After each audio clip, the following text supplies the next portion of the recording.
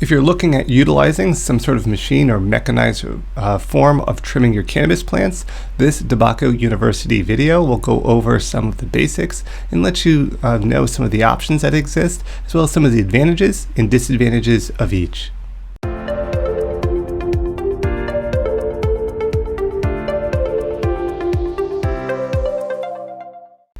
All right, let's get into using trimming machines for trimming cannabis plants.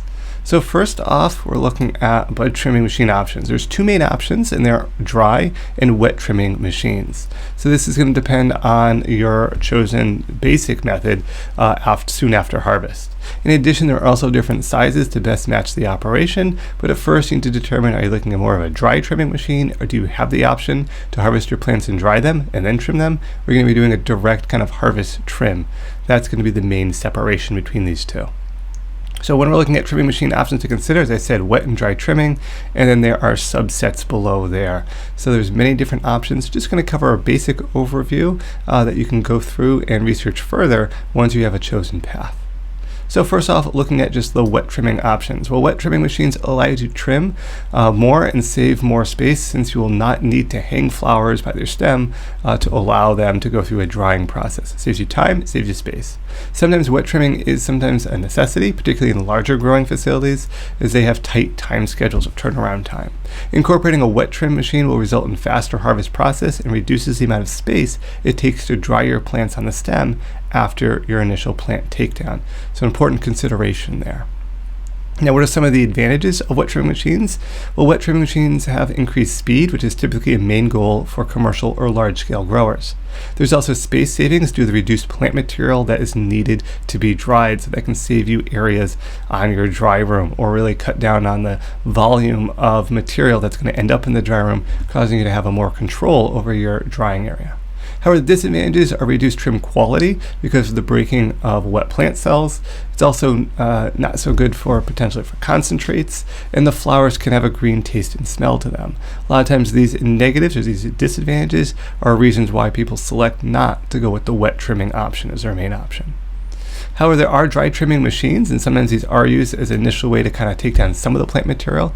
And these dry trimming machines will trim with dry plant material as recommended, because of the trichomes will be preserved during the process. So when we're looking at that other option, that dry trimming option, utilizing dry trims, as the name implies, again, dry plant material, but is recommended simply because the trichomes are preserved during this process, and they're kind of more degraded or injured, shall we say, with the wet trimming process. There's many machines, like I got a couple listed here for the best results. We see a couple listed here, and we'll go through some of these in more detail within this video. So what are the disadvantages and advantages kind of when we're looking at dry trimming? Well, with the advantages of dry trimming are that there's many different options or styles to best fit the needs of a grower, and they cut closer than wet trimmers, since no bud size reduction due to the moisture content, so a little tighter tolerances. This also includes improved quality over the wet trimming process. However, the disadvantage to using a dry trim machine, or just dry trimming in general, is it does take a bit more space, since you will need to hang your flowers from the stem to dry to allow them that process to go from the wet to the dry. Then once they reach the dry, then they can be utilized with these machines. That duration of time, that location, that labor should all be factored in when you're making that decision. Now, there are different types of machines here. So we're looking initially at a Tumbler Style trimmer. These Tumbler Styles are the most popular style and work by rotating the flowers around a cylindrical tube, allowing for a close trim. Twister trimming machines are common because they are made for production. They can scale by placing multiple units in line and adding an automatic feed conveyor, so you can actually link these together and go right through and really make this process very efficient. Some are also referred to as tumblers or trommel styles because they are rotating like a gold mining trommel, for example. Now, the advantage and disadvantage of this Tumbler style was that the advantages are very fast. The companies claim up to 45 pounds per hour wet, 16 pounds per hour dry. They can trim both wet and dry material with the change of the tumbler.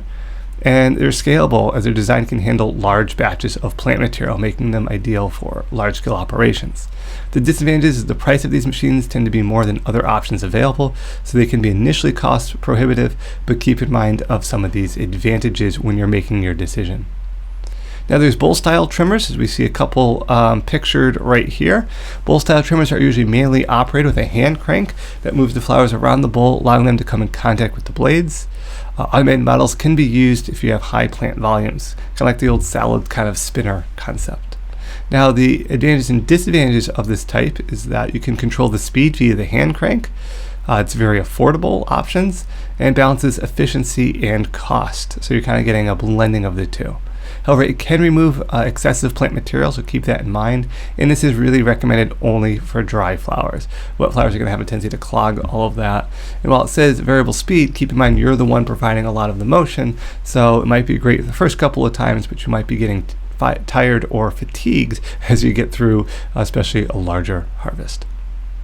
There are also then stand-up trimmers. So as the name implies, they stand up and are operated by manually slowly moving the flowers back and forth over the grate with a fan running underneath, catching any material that passes through. So we could see these different types, but they're all going to have the same general category. Why would someone utilize one of these? Well, the stand-up trimming is that you can adjust the speed the plant materials move through while the blade remains at a constant speed. So you have a little bit more control and specificity with that. The disadvantages is your hands will end up very close to moving blades, and that's why we see here like a warning, don't stick your hands down here because there are moving blades. And this really also is advised for dry trimming only, simply because if you did this with wet trimming, you have a great tendency of clogging this entire area. Then we have also bag style trimmers. So these are operated by placing the flowers in the bag and rotating the bag in different directions. So we see a couple different styles here of bag style trimmers. Growers usually select to use a bag style trimmer since they have control of the bag, since they're manually operated or manually turned. They're very lightweight and compact for easy storage if you're not doing a lot of perpetual harvesting. They're affordable and still very effective. However, someone would choose not to use a bag style trimmer simply because flowers can break apart due to the physical shaking that occurs, and it is a labor intensive process. So hopefully this gives you kind of an idea of some of the machines that are available if you're looking at considering these, to allow you to make an informed decision, at least at the category, and then you can look specifically at what brands or details or options you might get within that category.